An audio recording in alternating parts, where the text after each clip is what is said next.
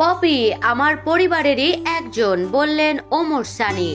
ঢাকাই সিনেমার একসময় জনপ্রিয় নায়িকা সাদিকা পারভিন পপি জীবনের দ্বিতীয় অধ্যায় শুরু করে নিজেকে আড়ালে রেখেছেন। গেল কয়েক বছর ধরে লোকচক্ষুর আড়ালে জাতীয় চলচ্চিত্র পুরস্কার প্রাপ্ত এই অভিনেত্রী হাতে গোনা ঘনিষ্ঠ দু একজন ছাড়া কেউ জানে না তার খোঁজ। বন্ধু, সহকর্মী, সংবাদকর্মী কেউই তার নাগাল পাচ্ছেন না। তবে চিত্রনায়িকা মৌসুমীর সঙ্গে পপির একটা পারিবারিক সম্পর্ক আছে। সেই সম্পর্কের সূত্রে চিত্রনায়ক ওমর সানিকে দুলাভাই সম্বোধন করেন পপি।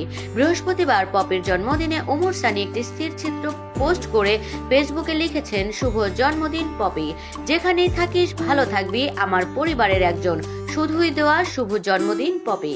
পপি 1979 সালের 10 সেপ্টেম্বর খুলনা জেলায় জন্মগ্রহণ করেন। তার শৈশব কাটে খুলনার দাদাবাড়িতে। 6 ভাই বোনের মধ্যে পপি বড়। পড়াশোনা করেছেন খুলনা মুন্নুজান উচ্চ বালিকা বিদ্যালয়ে। 1997 সালে মন্তাজুর রহমান আকবরের কুলি ছবিতে অভিনয় করে চলচ্চিত্র জগতে আবির্ভূত হন পপি।